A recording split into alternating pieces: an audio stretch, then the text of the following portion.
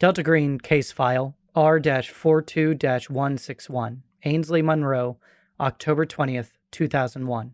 Ainsley sits in a stark interrogation room, arms folded, rapidly bouncing her leg in a purple hoodie and jeans. A door creaks open, shuts, and clicks, locked from the outside. Are you finally going to charge me with something? Or is it time for another mind game? The new arrival doesn't respond. A manila envelope hits the table. A sleek digital recorder slides in from off-screen. The black-sleeved hand of an unseen interrogator turns the recorder on. Ainsley side-eyes the device. Ainsley Henderson Munroe, age 28, partial degree from MSU, handle Hexagon. Can you confirm this information is correct? Ainsley doesn't respond, fixated, fidgeting. The interrogator pushes a sheaf of paper forward. And this is the call sign you've been operating under? Ainsley's eyebrows knit tighter and tighter. Thank you for your cooperation. Okay, Miss Munroe. Do you know Can you turn that off? I'm afraid not, Miss Munroe. Do you know why you're here? Ainsley leans forward, about to answer, but catches herself. No. You don't know? I know my rights. Fifth Amendment. Very well, Miss Munroe. At approximately 21:23 local time last Monday, our analyst reported a level 6 security breach. Wasn't me. As the interrogator continues, we see flashes of the scene. Ainsley cooped up in a sparsely decorated room, hunched over two brand new bulky laptops and a radio transceiver, her face illuminated only by the screens and a sliver of moonlight. At 21:15, one of our technicians in Montana received an encrypted transmission of classified data. Ainsley finesses the dials on her radio, pressing her headphones tight against her ear. One of the laptops registers a signal, starts recording an erratic waveform. Her expression twists into confusion. At 21:17, that technician received a duplicate transmission originating within a 40-foot radius of your listed residence. A burst of static forces Ainsley to drop her headphones and lurch away. The dials on the radio spin wildly, a barely visible distortion, a half-seen shadow creeps over one of the laptop's screens, then the other. Ainsley steps forward, curious. She picks up her headphones. We want to know two things. How did you intercept that signal? And what did you hear when you did? The scene shifts back to the interrogation room. Ainsley finally stops bouncing her leg, possessed by a sudden sharpness. Who are you guys anyway? I know you're not NSA. Answer the questions, please. I'm not telling you anything until you tell me who I'm telling. Can you please turn that off? The interrogator tilts her head. She glances up at a security camera in the corner and nods. Our visual glitches and scrolls. When it returns, the digital recorder has been replaced with a hefty, pristine tape recorder. Now, how did you do it? And what did you hear? Ainsley massages her temples, sighs, shakes her head. A few months ago, I was scanning the local space like normal. We like to trade these, puzzles, codes. We? Other, hams in the area. Amateur cryptographer types.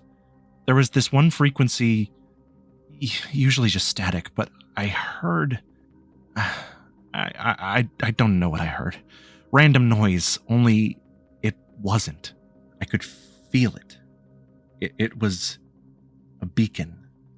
Nothing like I've heard before or since. Until last Monday. Ainsley shakes her head.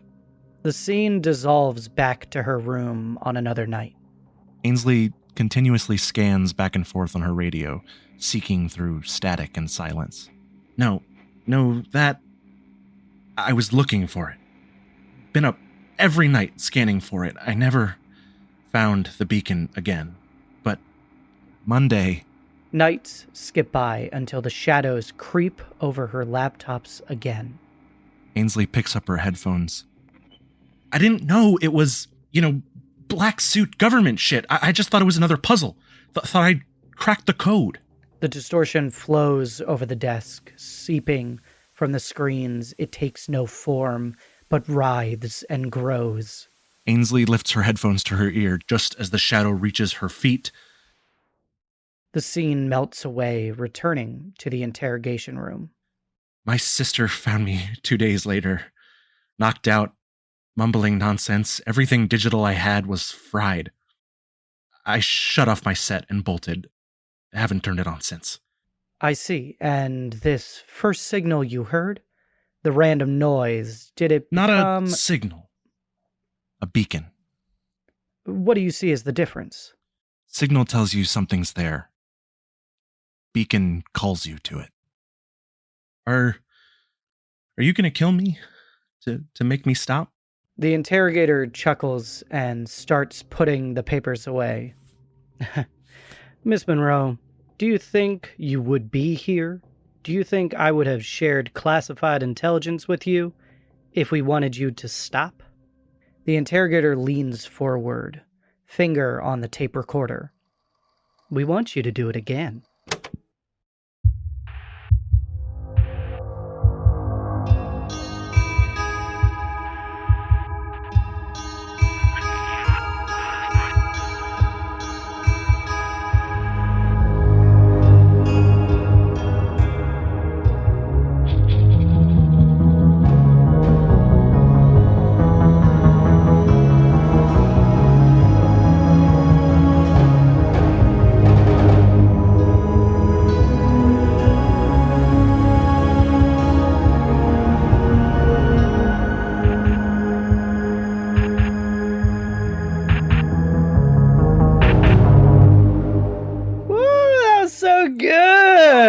Thank you, Jonas. We gotta follow that. Writing that, and welcome everybody to RP Jesters. I am your handler, Sky Swanson, and I am joined by Mr. Casey Reardon. It's Thomas Whittibane, Agent Rhino for short, looking for redacted. And, a really good Chicago dog here in Alaska. Oh, yeah, I'll have those. I love it. Miss Rachel Kordell. Gwendalyn Adler, or Agent Remedy. I don't really have anything witty to say, so. A staple.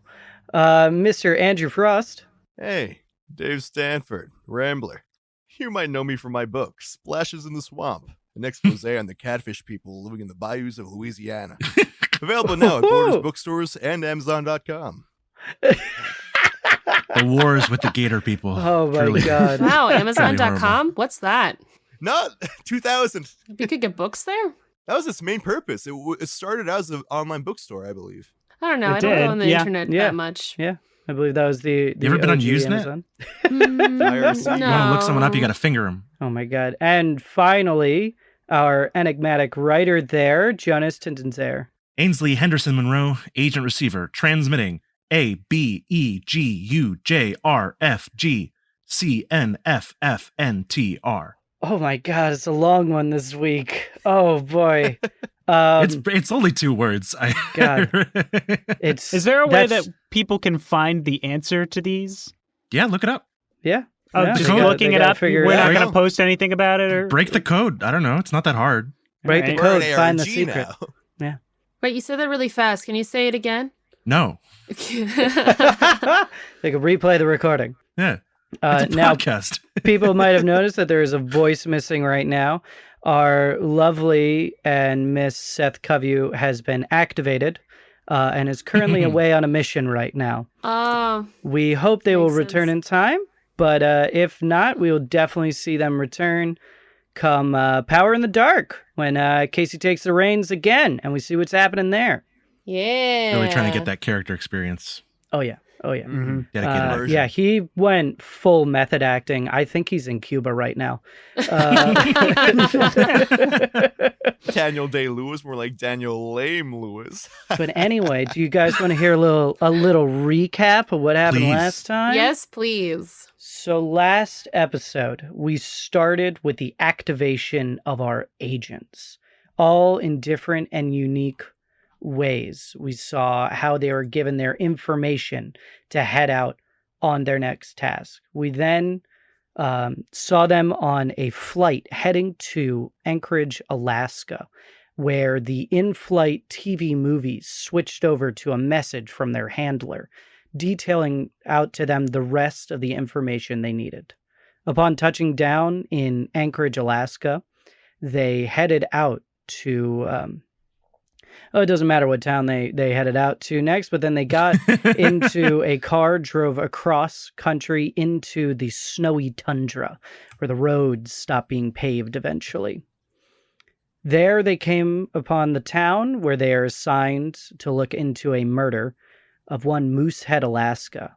Now, Moosehead, Alaska is based off of a real town called Whittier, Alaska, where every resident lives in a single apartment complex, and the whole town is cut off by the mountains and oceans, with the only way to access the mountain is through a 2.6-mile-long single-lane tunnel cutting straight through the mountain. It is terrifying. And they even had to roll a sanity check as they were heading through those tunnels. Yeah, it's scary stuff. Now, who lost sanity on that one? I did. Yeah, I lost sanity on that. I did not. Yeah, I think only 2 people lost sanity on... Or no, almost everybody did lose sanity on that. I think it was only Casey succeeded. Rhino and Remedy both succeeded. Yeah. I succeeded. Yeah. Now you find yourselves in Moosehead, Alaska, in a truck that has been provided to you by the organization. You are pulling up onto a grisly crime scene where we ended with a bloody arm 50 feet up in a pine tree. As you roll in, you remember some of the information that was provided to you by your handler, which I will just reiterate to you guys right now. 2 weeks ago, a 20-year-old woman by the name of Mackenzie Stout went missing. 48 hours after she was declared missing, her body was discovered by one Barbara Wells near the outside of town, with cuts all along her body. Her death was declared to be caused by wild animals and deemed a tragedy, but something that, happens rarely, but it does happen out here in the wilderness when you get this far out.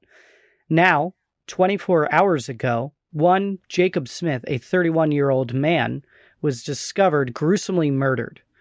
His body ripped in half and his torso found 50 feet up a pine tree. You all have been provided with fake credentials as EPA agents investigating the potential cause of the attack. Now, while in the real world that job doesn't line up perfectly with what you guys are investigating here, it really was the closest it could get, because EPA agents, they investigate natural causes and even sometimes murders and crimes like this. So it's not 100% fix, but hey, this is my universe, so I don't want to hear it in the comments.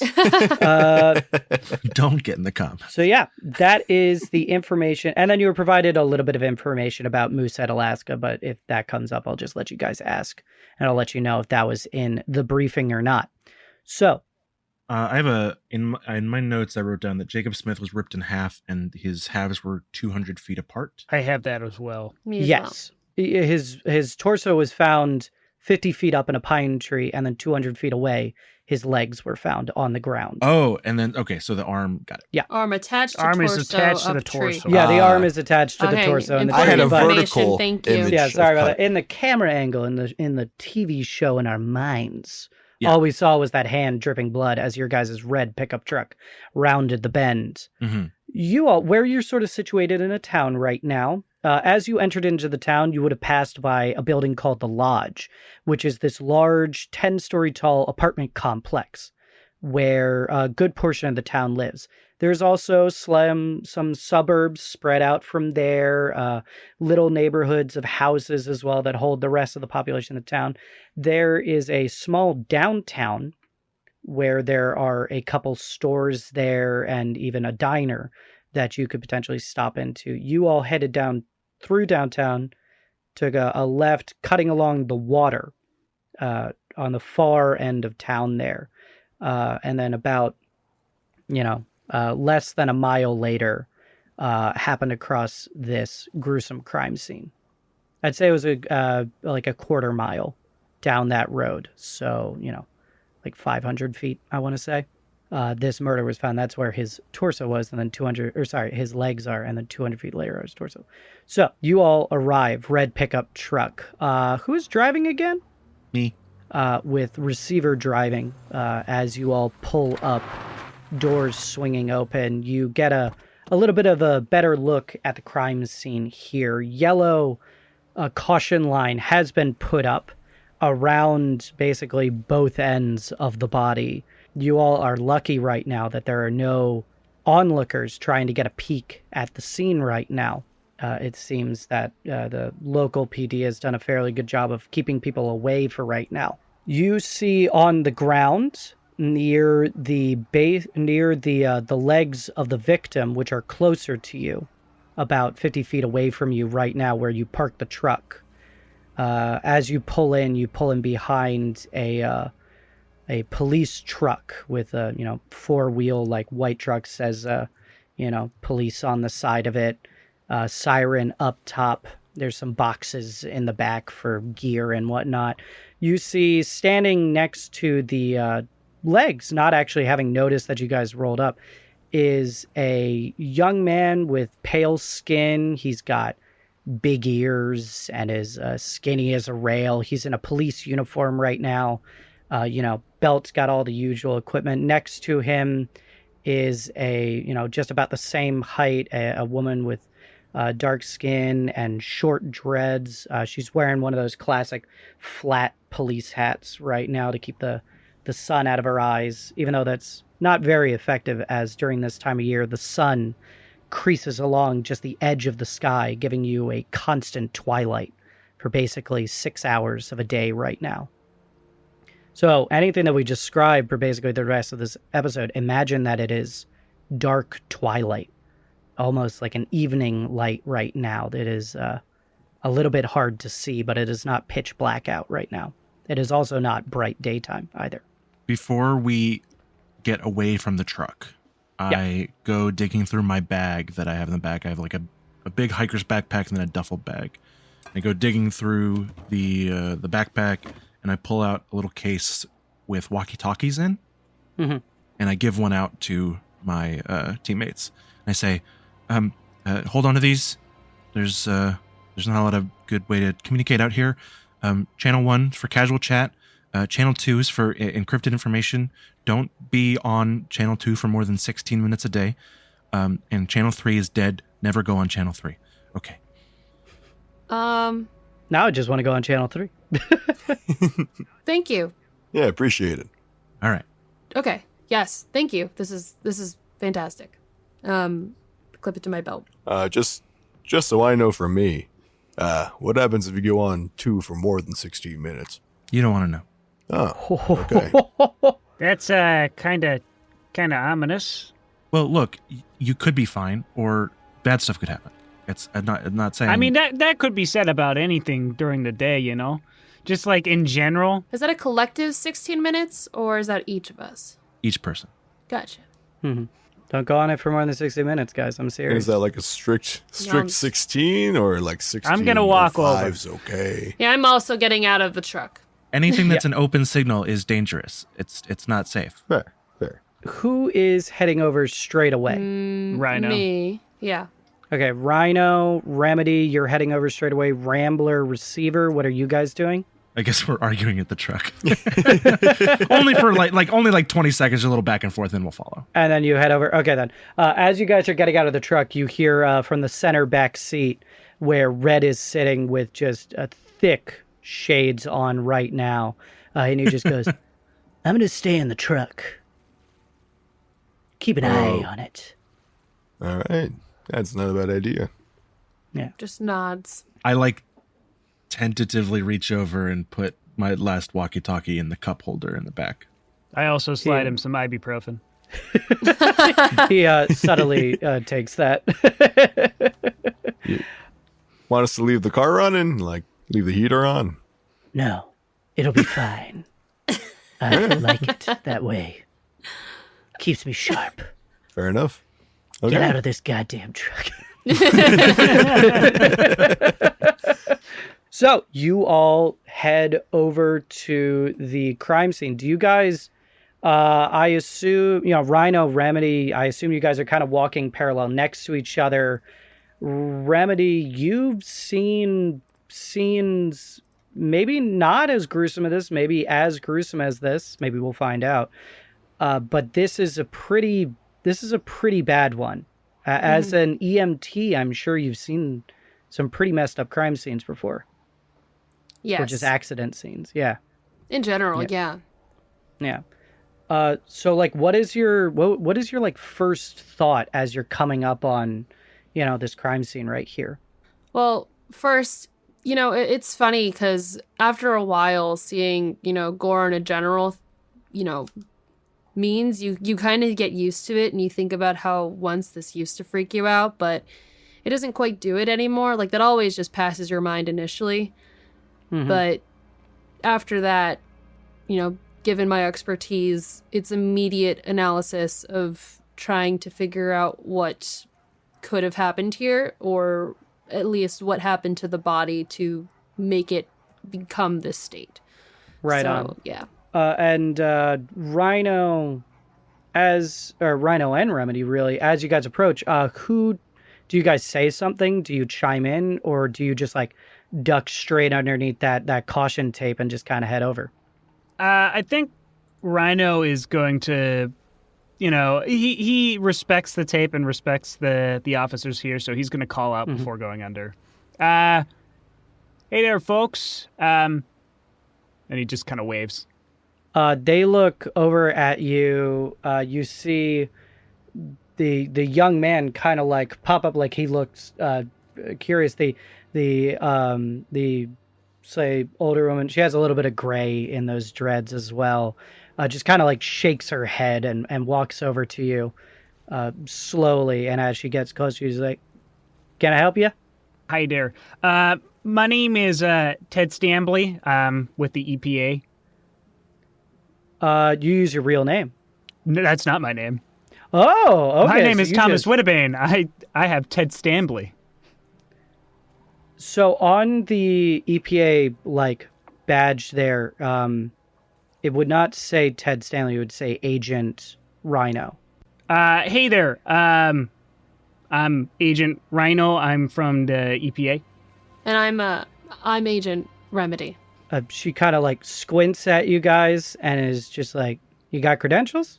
Yeah, I flash the badge as I say my name. I also show my badge. She goes to like check it out, and do you let her like take a good absolutely. look at it? She like holds it up and just like, "That's strange." All right. Well, what brings you guys to Moosehead?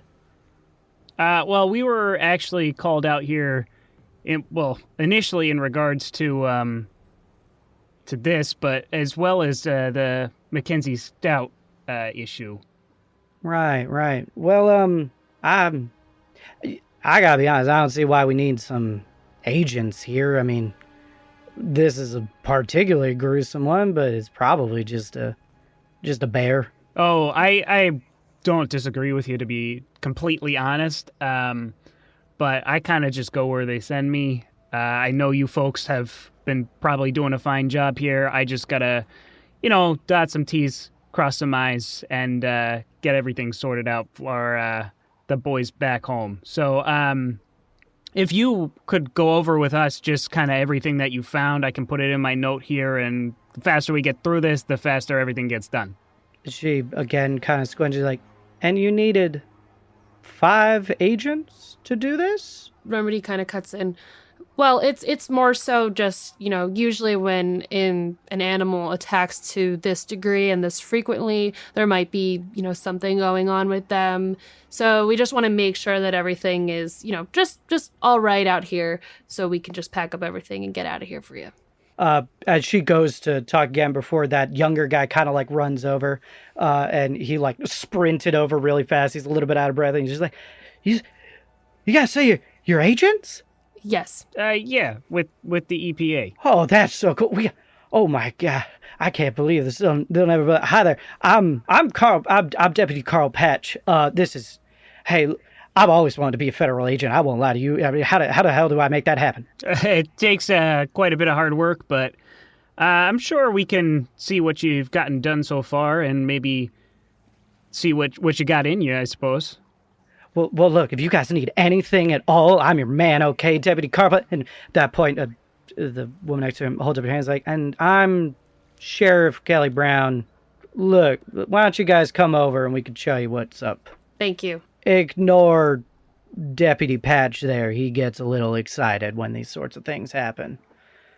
So at that point, she goes forward and, she lifts up the tape for you guys to come under.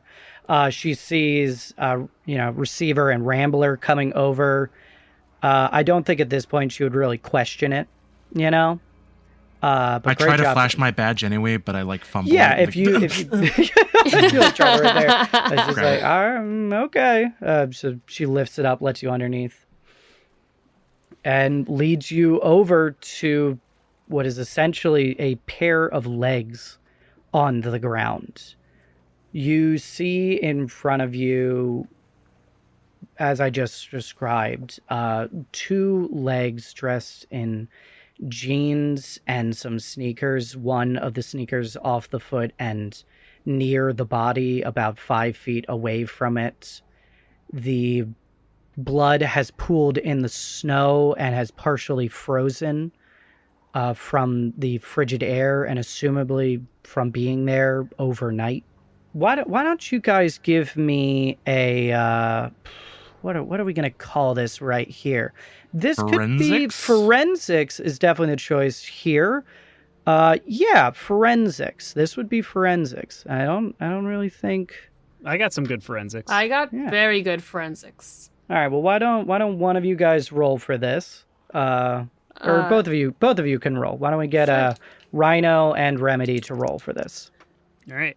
My number's 50, so let's see how I do here. I got a 56. So that is a fail. It's not a critical fail or anything like that. You just simply are a bit taken aback maybe by this scene. I know I asked this of Remy, but what's your background again? So I work with the U.S. Marshals. Right. And specifically, I have been in charge of serial killer cases in the past. Okay, then. So you would have seen gruesome scenes potentially like this. Have you, or are you more on the the paper kind of side of things? No, I'm definitely more on the field. Although I don't know if I've ever seen somebody ripped in half before. Right. So this might be a little new for you. And Receiver, this would definitely be new for you. And Rambler, this is probably pretty new for you as well. You might have seen some things in researching your books, but probably never anything like this. So as soon as you guys see this with the blood and there's entrails hanging out of the legs there, blood pooled everywhere, fabric torn and ripped slightly, I want you 3 to make a sanity roll for me. As you see this, Rhino, for you, this is going to be a 0-1. For Receiver and Rambler, this is going to be a 1/1d4. I got a 57, so I will take 1 sanity. Okay. Lose 1 sanity. Take 1 sanity damage. So essentially, you passed, but still the shock of the scene still means you take sanity damage. Because is this the first dead body you've ever seen? I've probably seen a dead body, but not anything like this. Yeah. I might have seen someone who has been cleaned up and ready for transport. Yeah. Okay then. My forensics was a 70 and I got 53. Okay. Great. We'll get back to that in just a second here. Sure. Rhino and Rambler, what'd you guys get? What happens if you meet it? Oh. You succeed. That's success. You're good. Hey. Okay. So you just barely made it. Are you about to retch or something and hold it in, or what does that look like where you're just holding it together in this moment? I like to imagine that since I'm walking alongside Receiver right now, she hears a really gross burp and my cheeks fill up for a second. Oh. And then a big gulp. Oof. Ew. But I love it. I succeeded, but I'm doing something similar. And Rhino, the one who's most used to these sorts of situations. My number's a 55. I rolled a 94. Ooh. Okay, then. Oh, you stepped in it, didn't you? There is. I don't think there's anything where it's like if you go too far over, it gets worse. Only if you get a crit fail. Yeah, only if you get a crit fail, which is where it's like a 99, an 88, a 66. Any of those are either a crit fail or crit succeed. So if you get doubles, woo! So you fail in this moment. It's more gruesome than anything you've seen, right? Yeah, I'd say so. Yeah, so it's just daunting in that moment. And then Remedy, you examine it, maybe crouch on the ground, kind of look over it right now, and you notice right away that this body was torn in half in one swift motion. There was no hacking away. There was no, cuts or markings. It is gruesome. It is not clean. It's not like someone took a sword and cut this young man in half, but truly in one swift motion was just rendered in half. Entrails splayed along the ground at the top of the torso there. With that, can I see if there are any I was wondering if there were any grab marks on the body to imply what force was used to pull it apart? For that, you might need to examine a little bit closer right now. Remove clothing. Anything. Do you want to proceed with doing that? I will look around at the rest of my partners first before, and see that they're all very uncomfortable. I also, what's going on in the scene, 200 feet away, you guys are right now sort of along the frozen coast here. So these ice flats, they go out for dozens of miles out into this Gulf area that feeds directly into the Bering Sea. It is a rocky coastline with some gravel beaches scattered in between. Along that coastline and next to this road, which is paved, are, what would usually be grass right now covered in about a foot of snow with dotted with large pine trees. But they are not thick together. They sort of are spread out along it. Clear this place had been heavily logged at one point, and these probably aren't these are probably the remnants of those operations. But anywho, at the base of that pine tree, where the body is about 50 feet up, is a scissor lift that can go up to it. Oh, wow. I mean, they got to get the body down somehow. I know. Yeah. I mean, is there anyone in the scissor lift, or there is no one in the scissor lift currently? Next to it is a box of tools, probably meant to cut this man down.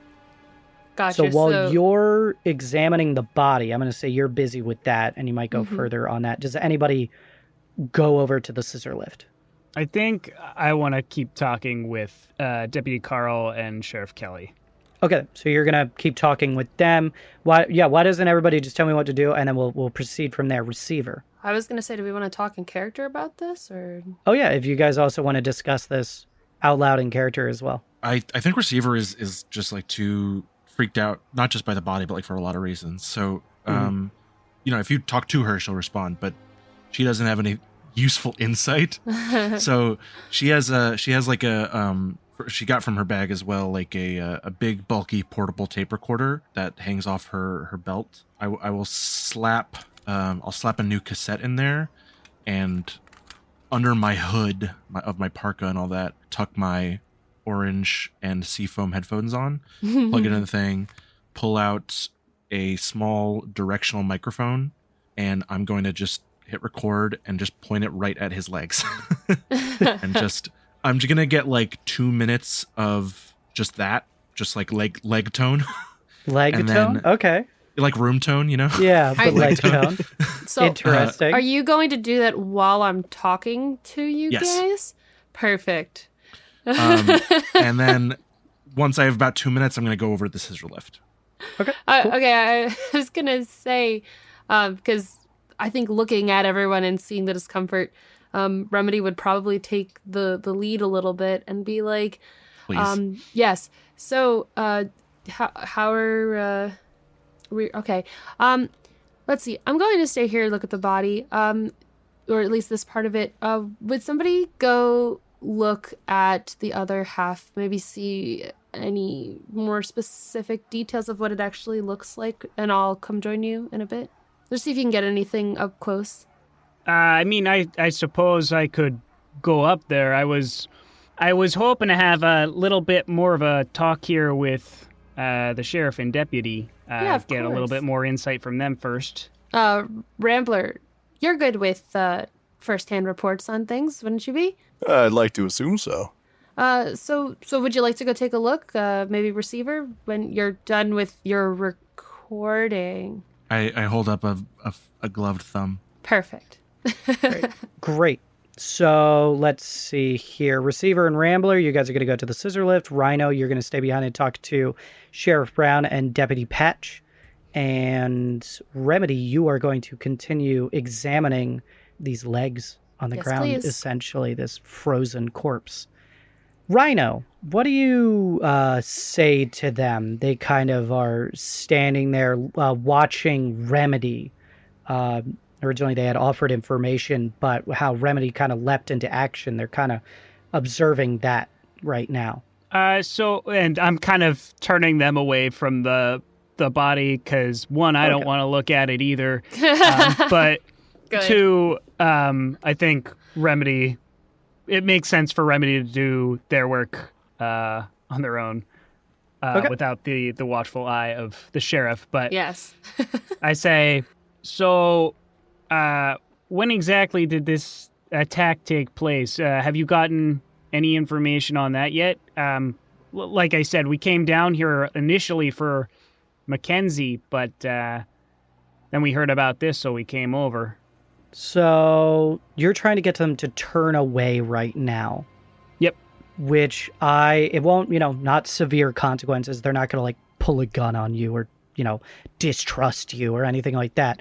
But I like the idea of you using kind of, subtle, just like maybe you're turning, trying to get them to turn with you, something like that, away from it.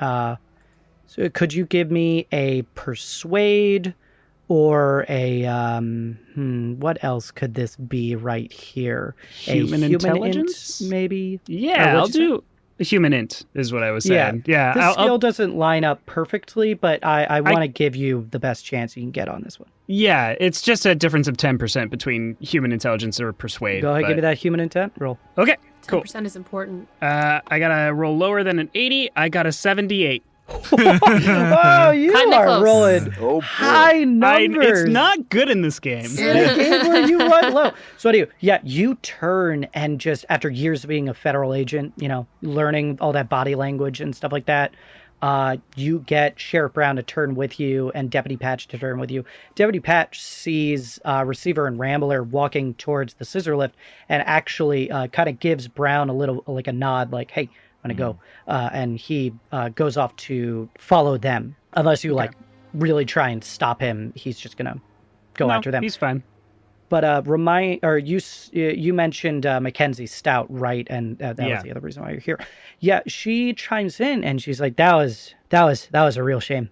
She was a young one, and to be, I mean, it happens. It's rare, but it happens. It's dangerous." As much as, we love the wildlife here, it is, we are not the biggest predators, if you know what I mean. Yeah, that's really understandable. Were you present at that crime scene as well? Yeah, I saw that one too. I mean, we found her. She was cut up. Clearly, something attacked her. Maybe just wasn't interested in her or something like that, but just left her there, outskirts of town. Clearly, she shouldn't have been out there. It's the dead of winter right now. But yeah, no, I understand. Yeah, it is. It is. I was just right now. I was just hoping to get firsthand account because I read the reports and everything, but it's always better to hear it directly from somebody who saw it or, have the photographs and everything. And I'm sure we could make our way back and maybe take a look at those as well. She nods. She pulls out a little notebook, flips it back. Doesn't have to go back very far in it. You could assume not a lot happens in a town like this. She checks through her notes and is like, yep, Mackenzie Stout, 20, found outside of town. She was discovered at about 9 a.m. in the morning when Barbara Wells there, was going for a quick walk. She runs the convenience store over in the lodge. I guess she was going out for a morning walk, not a lot of business during the week here. So found her. I'll tell you, I've seen some animal attacks, and this one was pretty cut clear. I hate to say it, mauled by a bear. Oh, that was going to be my next question, was what kind of animal you were supposing it was. Well, could have been a brown, could have been a polar bear. Both are, I don't know where you're coming from, but they're pretty aggressive, Yeah, you get between a mama and her cubs or just a pissed off dad, they'll come for you, Absolutely, yeah. Yeah. I remember a few years ago, I got chased by a girl. I was out on the snow machine, just enjoying the afternoon when, boom, out of the woods. Big grizzly. Chasing after me, but luckily, I was on the machine. I was fine, but scared the hell out of me. Yeah, no, definitely. Now, obviously, this seems a bit different here, mostly because, half the body's up in a tree. Any idea what could have thrown it up that high? It probably wasn't thrown. Might have, one of the bears dragged it up there or something. Yeah. Yeah, I suppose that could be the case. Yeah. Anything in particular that you make this particular case? And I know that's not exactly why we're here, but I'm just curious at this point. I see a body torn in half, and there's one animal that could do that. A bear. This wasn't a wolf. Clearly, we got a bear. We'll have to go get the shotguns and probably, organize a hunt for the damn thing, which is, I don't get why you guys are here, but well, I honestly, we just kind of want to make sure that there's nothing going on with the bear's natural habitats in general. We don't want to. We want to know if anything's driving them down closer to town or anything like that. Because that could be a whole nother issue that we have to deal with if that be the case. She just kind of shakes her head and she's like, yeah, we got to make sure the bear is okay. Well, listen, if the bear's happy, then it's not going to be bothering nobody. That's what I have to say. Hey, look, I don't know where you're from, but when an animal does this sort of thing twice, it's going to do it a third time. And with that, I think she's just kind of going to turn away. She's a little annoyed. Clearly, she's gruff. She doesn't want you guys here, and is going to turn away unless you stop her and ask her another question, like chime in like now with another one. No, I think I'm going to let her be. Yeah, so she walks up. She goes back over towards that tape there. She's kind of like making sure nobody comes upon the scene here. Let's go to Remedy real fast. You rolled a what on your? I was waiting on the roll to roll. I'm doing a deeper investigation of maybe what force was used to rip the body apart. Well, you already succeeded on one forensics, so I'm going to give you a plus 20 to this roll. I'm going to try and not do that super often, but I figured, I'm making you roll twice for the same result. Sure. I'll give you that better chance here. So go ahead and give me another forensic, this time with a plus 20% because you have good standing. Thank you. So that's plus 20%, not to the roll, but to the threshold. Yes, plus 20% to the threshold that Rachel needs to roll under. Thank you. Take 20 of your roll. I want you to succeed. If that's why it needed to be clarified. I also got a 53 again. Okay, I'm just going to roll again to make sure. No, they don't do that every time. Okay. They're weighted to 53 exactly. Wow, so wild. So strange. Okay. You crouch down, you kind of like peel away the fabric a little bit, and you don't see any like tearing. Of course, you see the gaping, tearing wound that is his body ripped in half, but you don't see any grabbing marks. You don't see any other additional cuts. Are there bruises or anything? Like, does the skin look... You see on the underside, because it sort of, ass up right now. You see, along the thighs there are some bruises, but you could imagine that might have just been from when he hit the ground. From impact. Impact, yes. So... Which means also, for... I don't know the exact sciences, but I believe for that to happen after the body has already been rendered, that would require some serious force. Gotcha. So there was a strong down impact. Mm-hmm. And is there anything around the ankles? Is like the rest of the legs, are the bones still intact? Are they broken? You see that one of his ankles it has a slight fracture. You kind of feel it, and you feel that one of the bones there has a chip in it, basically. You can also tell that this would have been a recent injury. Now, whether it's prior to this event or happened in this event, you do not know. Gotcha. I'm sorry. So which leg is it? The left one. Left leg? Okay. Yeah. Now, you do find his wallet, though, if you would like to peruse through that real fast. Yeah, absolutely. I'd love to look through the wallet. Exciting, folks. We've gotten to the wallet contents section of the episode, everybody. Woo! Let's give it up for the wallet section. Welcome to the wallet content part of the film.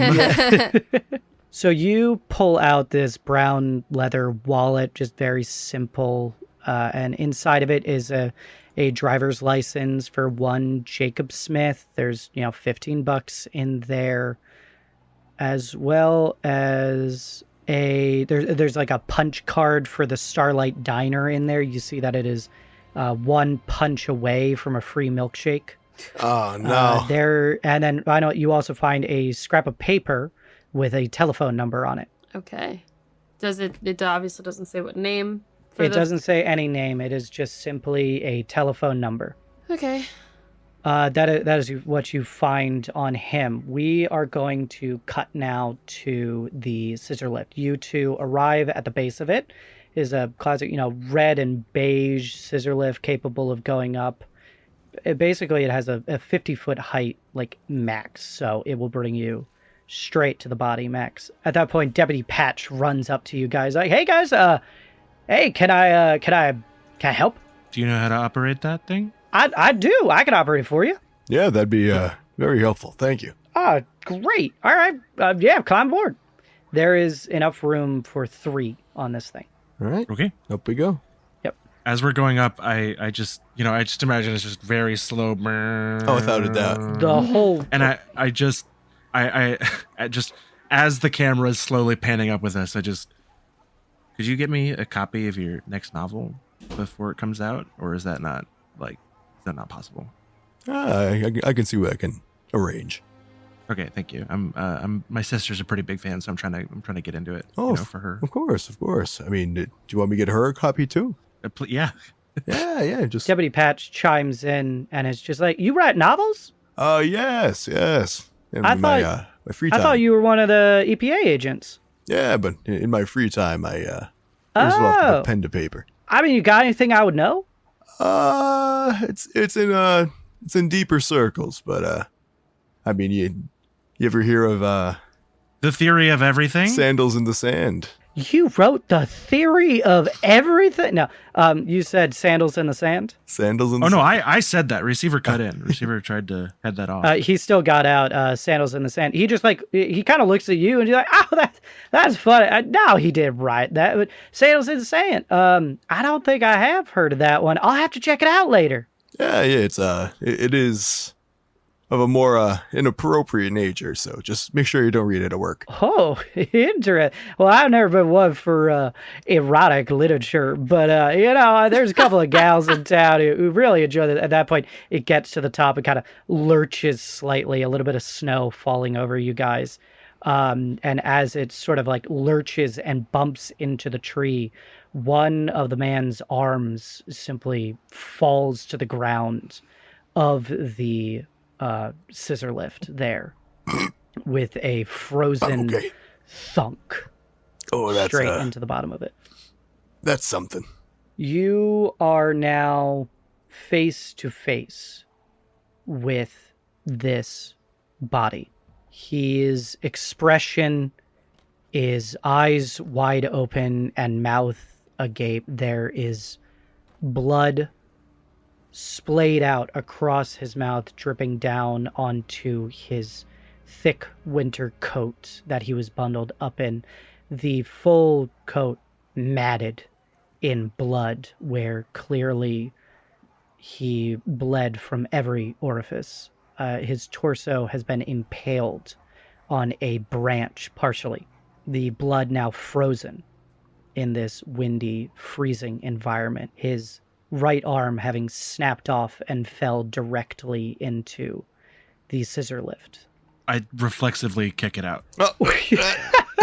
You reflexively I've never done this kick it out. before. Deputy goes, "Hey, whoa, don't!" As it just and thunk to the ground. Rhino, I think you headed over that way, right? Didn't you? Or I hadn't moved yet. No. oh, sorry. Okay then. Well, maybe you would see this. I don't think Remedy is too busy examining the body. Unless you're also focused in on that, but otherwise you see this. No, I distinctly don't want to look at it. Okay. I don't want to risk the sanity damage. So Deputy Patch is just like, hey, what? I mean, Sorry. I don't like it sorry. either, but come on, man. It startled me. I'm sorry. Practices and procedure. Yep. My I'm- apologies for my Yep. Man, coworkers' I gotta tell you though, actions. it's so great to see two professionals at work here. Wow. He like complete just personality, like 180 there. What do you guys examine? I'll actually examine the stump. Okay. Why don't both of you give me this could be forensics, this could also be search could also potentially work here. Forensics or search. A lot of forensics checks here. First aid, there could be also a argument for that because you're examining wounds, basically. So whichever of those three you have the highest in, and then let me know which of those skills you're using. I'm going I to... have failed the search check. Yeah, I'm also going to do search because I don't have points in either.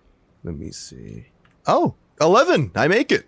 With a crit? Yeah. Oh, with a crit. Okay, then. You go and examine that wound, and you see there are cuts along his upper torso and like along his shoulder blades digging into the rest of him, basically, and they are wild, crazy cuts into him as if, like a mauling had happened. His lower body, his organs, falling out of him onto the branches below, basically. And you see that whatever grabbed him from the shoulders. Like each shoulder, or just around the kind of upper part of his torso? Like each shoulder. Oh. Like he Probably might why have the been, arm fell off. if it is There's a bear, trauma he up might have there. been attacked from behind with both paws straight onto the shoulder blades. Something along those lines. But whatever did this, is there like a nature or something like that kind of check? A wild animal knowledge check? There would be science, There's nature, maybe. There's probably science, biology, science. Yeah. Yeah, do either of you Environmental guys have like a science. science, nature, science, biology? Any sort of science that could help Hi, you? me with the science biology. I do have 40% in survival, which is like based on national park living. Okay. I have chemistry knowledge. No, not chemistry. I will let you roll the survival because this will already be a somewhat hard check for you anyway. Nope, I fail. Okay, then you're looking this over, and the cut marks into him, they look like they could have been caused by a wild animal, like talons ripping into flesh, basically. I think it was a bird. You crit succeeded. Do you say that out loud? Do you think it was a bird? I just mumble it. Yeah. Yeah, Stout would probably. Well, I mean, we get some, pretty big eagles, but other than that, nothing big enough to carry a man. I mean, they're fierce enough. They're kind of like rats, but I don't think they would ever tear a man in half for a piece of salmon. Yeah, probably not. Yeah, not likely. While Rambler is getting this extra information, I'll also I pop up my directional mic and I record another 2 minutes of sound off of his corpse. Okay, very cool. So you do another recording off of him. At this point, Stout is sort of reaching forward with gloved hands and starts to pull the body off of the tree. You can hear the snapping of branches as he does so. It is a gruesome experience to see this corpse mangled like this. On the ground, Rhino and Remedy, do either of you go and examine that arm? I think Rhino definitely would have seen it fall, so he might go over. After looking at this portion of the body and seeing that I've gotten everything off of it, I definitely would go over to look at the torso. So I would be on my way. Okay then. You head over towards the scissor lift and you see this on the ground, this arm that is just lying there. And do either of you pick it up? Let's give them a hand. No. No. I would look at it. Take the I would arm. go Yes. examine it closer. Take the arm. We can forge it into a cool weapon. You guys should arm yourselves. You kneel down. This is what I like to imagine. You kneel down and pull out like a pen or something maybe and just kind of like flip it over. So the it is the hand attached to the forearm. It's everything up to the shoulder basically as you flip this arm over. And you see on the underside of the forearm back towards the elbow are 5 rectangular bumps under the skin, arranged in a pattern where it is a vertical line and then 2 lines going out on either side at 45-degree angles. 5 in total. And as you are staring at it, you feel something jab at the back of your head. But that's where we're going to end our session this week. Wait, what? Wait. What? No. What? Wait, can I just clarify? Does it look like a little person with their arms up? Is that like what you mean by A little bit rectangles? like that. Yeah, a little bit Like a like So that. 3 Y, but vertical not- and then 2. The 2, so it's like vertical and then the 2 are coming out from basically the midpoint. So it's as if it's like a Like a K. chicken foot shape? It's like like a a K, K. So but, on the same but side. mirrored on both sides with the segments separated. Okay. Oh, okay. So like a butterfly. An asterisk. Yeah, sort of asterisk. It's a Okay. butterfly. It's I fine. just wanted- It's just a butterfly. I just wanted to get the visual perfect. Also, Yeah. in case anyone corrects me in the comics, not that we have comments on podcast either, but I realized Theory of Everything was, I meant A Brief History of Time. The Stephen Hawking book, otherwise it would be temporally It impossible. was hilarious. Well, thanks everybody. I hope everybody had a good time. Let's go over a mechanic in the game with the skills here. So how you sort of level your character up is after every, is it mission or session? I think it's every session. Session. It's every It's session. session. Now, usually sessions are like, 2 to 4 hours long. But for us, we're just doing 1 hour sessions. But we're still going to do it after each one because who knows if we're coming back to this. Basically, any skill that you fail on, you get to roll a d4 and add it to that skill because we learn from our mistakes. So going around, if you failed a skill, say it out loud and give us a good roll for it. Rhino, Casey. Hi, my name is Rhino, and I failed forensics. So why don't you give us a roll of a d4? All right, that's a 1. Okay, so you So- add 1 to forensics there. Yep. Anything else? That's it, I believe. Receiver. I failed search and survival this session. Mhm. So I will gain a 1 in search to 41, Oh, no. a 3 in survival. Hey, you'll love to see it. Okay, great. Remedy. I didn't fail anything because I'm perfect.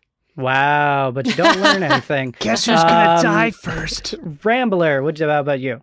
Like Remedy, I am perfect in everything I do. All right, then. Well, does anybody have anything they would like to plug? I'll plug my Twitch again. Twitch.tv/Majora's Rose. Come hang out. Might be doing some D&D on the stream again soon. We'll see. Ooh. Great. Great. Rad. Anybody else? Check out tintenseher.itch.io. Also my Linktree, my Patreon, my grandmother's aunt's bakery in New Orleans. That's not real. I don't know why I said that. Thank you. Go ahead and check out Blue Hundreds on Kickstarter or on YouTube. We have a couple of like promo shots for what this whole thing is kind of going to end up being. It's a detective drama / a bank robbing drama, I guess. I think it focuses more on the bank robbers than a detective, but I'm the detective, much like in this situation. Ooh. So That's if you want to check There out you that, go. go to YouTube, look up Blue Hundreds. You can see me as a detective. You play the same character in both. Yeah, I definitely keep the Chicago accent. You like this Well- podcast? You want to listen to this podcast? Go ahead and do so. You're doing it right now already. But why not leave a comment while you're listening or after you listen? Hell, do it while you're not listening at all. Just leave us a comment, a review, a rating of some number value. It doesn't have to Hopefully be a high. 5, but a 5's nice. I like 5s. Do you like 5s? I prefer Good things fives. come in fives. Good things come in 5s. Like 5 golden rings in the Christmas song. That's like Yeah. the best line in that Christmas song. It is. Also, It's the most 5-piece iconic chicken line. nugget. That's those a good 5 time. rectangle dots. 5 Right. rectangle dots. That's 5. Yeah. I got 5 on it. There Great you go. song. Yeah. What else comes in fives?